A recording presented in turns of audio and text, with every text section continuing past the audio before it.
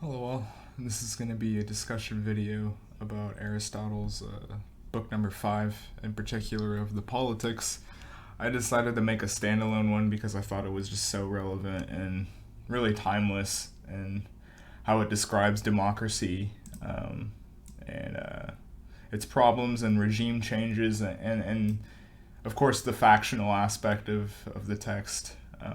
If we were to just start, you're comprised of these kind of conceptions of justice, in relation to your own polis and where it really stands in essence of your class in that kind of extent. And so, whether you want to intellectualize it or not, and, say you're some base libertarian or, you're a Marxist, colored, anti-white kind of leftist, ultimately, you are pretty much just in line with the kind of thinking, set forth that Aristotle does for us, and how you are just the representations of these different interpretations of justice within this polis. And one of the things that he offers to remedy, of course, is that you have to have like different different quantities of justice, or quantifications, if you will, or prescriptions, descriptions, all of these kind of things within that society in order for it to still kind of, or not kind of, to still function. But he does point out that the oligarch and democracy is pretty much in tandem. Like, there is no inseparability to it. Try as you might, democracy, at least how I take it, kind of goes away from Aristotle, perhaps, but democracy really is just the mask of the the inner workings of this oligarch. And one of the reasons why I decided to make this a standalone video is because, in a way, it is sort of a white pill to see, Aristotle talk about people even prior to him in classical Greece, and some of the problems of these factions, and understanding that if you kind of break apart the middle and its identity and with its ethnicity and things like that, then you're going to have problems. You're going to have factional issues. And yesterday is really, well, just the viral clips on Twitter lately that have been shared ad nauseum in our kind of spheres. They're pretty, they're pretty disgusting, for one. And you're there was one in particular that was pretty surreal, the Palestine and Israel situation happening in New York City, where you have these two factional, supposedly American citizens, fighting over this conflict thousands of miles away, when they're supposed to all share this kind of, American polis, if you will. But that's not the case, unfortunately. And when you understand what Aristotle is, I don't think he sees that this is the philosophy of the many by any stretch, but understanding that there needs to be kind of a synthesis to these perceptions of justice, and these ideologies and intellectual like ideas and rational conceptions of these things are ultimately justifications from this juxtaposition towards the polis, in my opinion. And trying to kind of ride that out, and if you really are trying to shoot for this kind of harmony in this state we live in, this would be how you would have to do it, is being able to have these different interpretations of justice come about, but only the ones that I don't think that means that you should just apply this to anyone. And I don't think he argues that by any stretch. But I do think it is pretty interesting to see how these same kind of narratives about decadence and these factional conflicts, and he lays out a lot of different ideas for how revolutions can come about. And, as we brushed up on the last video where we kind of talked about how, the American population, it's just kind of ever changing with immigration. It's, there's never any kind of form that really comes about that defines us in any way. It'll always be in this kind of historical way of like, oh, well, 50 years ago there was, this many immigrants that came to America because of this turbulent time in history that they were fleeing, or something like that, as opposed to actually being a reflection of a community and of an actual people. And it goes back to what he was suggesting with, you need to have this kind of robust middle if you're going to make at least the mask of a democracy, if you will, work. And there is the also timeless observation that he makes that this is ultimately just kind of oligarchs outperforming each other and trying to justify mass this kind of mass mandate, or using this kind of mass mandate to further themselves. And the other oligarchs can't just say, hey, he's messing up our game, because part of the game is to say that there isn't a game, right?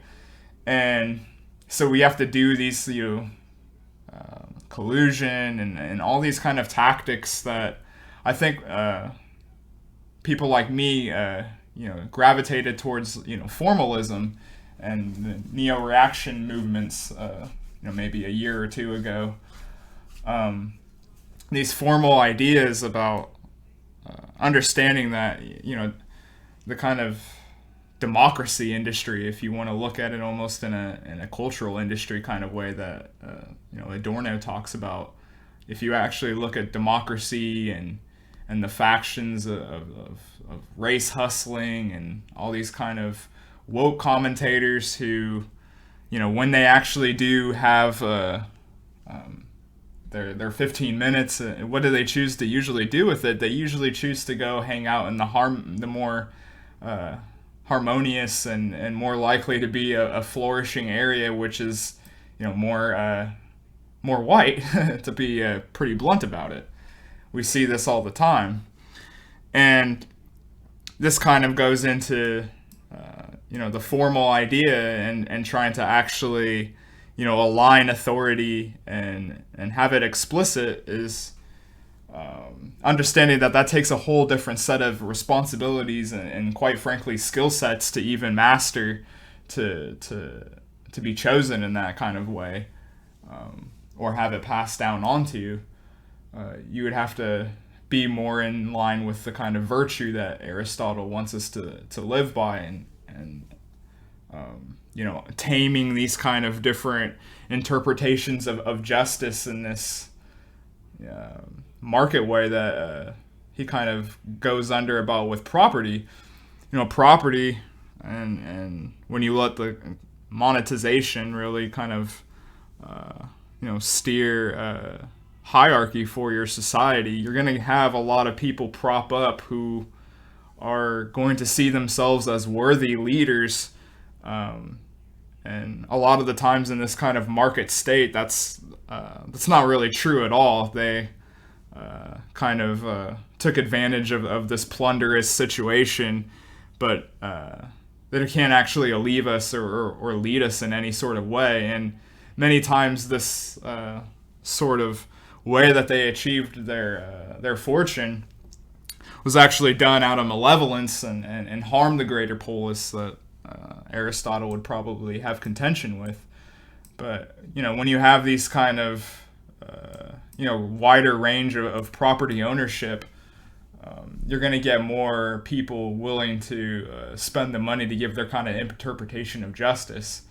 And I think that kind of ties into how some of the thinkers that I watched lately has been talking about on places like Imperium Cast with democracy and really just kind of being the mask for a greater bureaucracy rule. And there isn't this kind of named authority in our society, but you definitely got the feel, at least in America here recently, that just from a couple of write-ups about whether or not it's safe for you to go outside anymore. This kind of legislation actually really dictated people in a lot of ways, and I'm kind of delving into a bit of heavy on the critique of democracy here, but I think it is so relevant because trying to actually form a kind of a representation of these things in in a way that's actually could be orchestrated and have a social harmony to it. You're gonna need to transcend your own kind of material gain that these elites could potentially offer you. The kind of carrot on the end of the stick, if you will, and that's gonna that isn't that isn't really the philosophy for the many by any stretch, I don't think. And the only other revolution that I think is truly relevant for our times is kind of the classic kind of high versus low conception of wealth. But in America, I just don't really see it, because I think our oligarchs, through this democratic process, has totally just changed class in such a way that and there's a multitude of reasons how this comes about. I think I've talked about earlier in this very video about you kind of always have this flow of legal immigrants that are just escaping turmoil for material gain.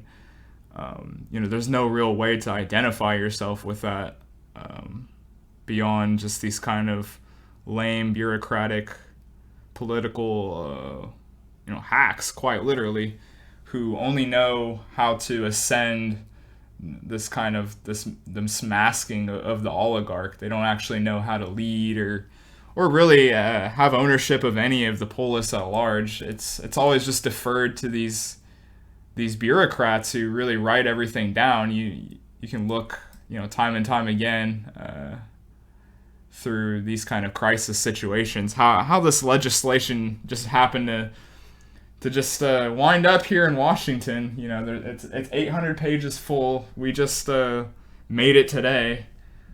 In between our MSNBC and CNN segments, and we read it all. So we're going to be implementing this now, and they have no clue what's going on in this thing. If it was to be co-opted in any kind of way, the bureaucrat could just write whatever the fuck he wants to in this law, and there's nothing really that you can do about it. And that's another thing that's kind of interesting with the checks and balance system of America. Uses anti-democratic tools to enforce democracy itself. You have all these different forms of power, like through the military and mass democracy and the voting system. But you also have judges and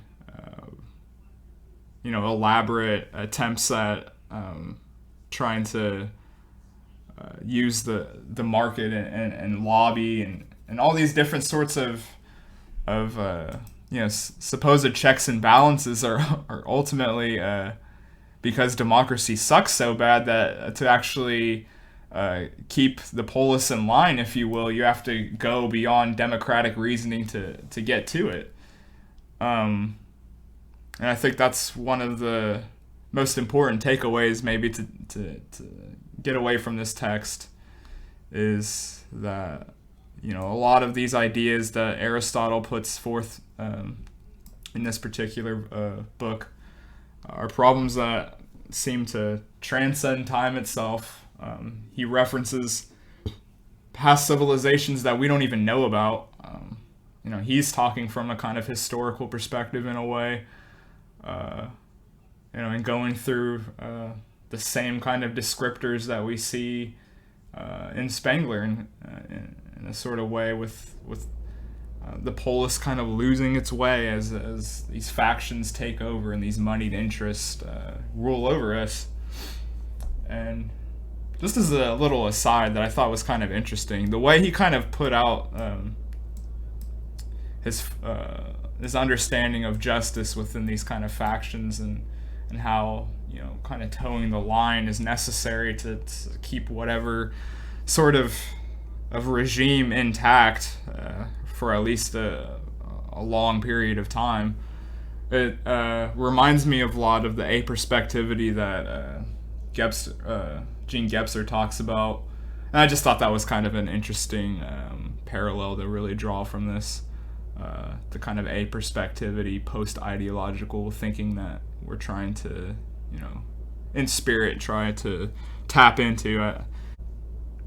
It also could be interesting to point out maybe that, in American politics in our contemporary time, it almost seems, I kind of say this as a jest to my friends a lot, but, being the political theory guy, or whatever the case, my friends kind of see me as, I think it's lame as fuck. Like, I tried to run away from it my whole life, which I'll kind of get into on that, like, my life series I plan to do next month. But I think when it comes, especially in our civilization, in America in particular, the political system and political ideas is really the lamest form of trying to get people to come together in this factional way. Like, the artist and the aesthetic approach to these sort of things, I think is much more admirable. I think you see this kind of harmony breach in America. There is the kind of critique that there's too much of a bread and circus to it, and it's just commodifications. And to an extent, I think that's true. But there is something about music and these kind of live, whether it's a museum or the arts in general, is about the only thing really left that we have. It's certainly not going to be from the political system. There's way too much to be had by quite literally manipulating the mass democracy that we've talked about in this video.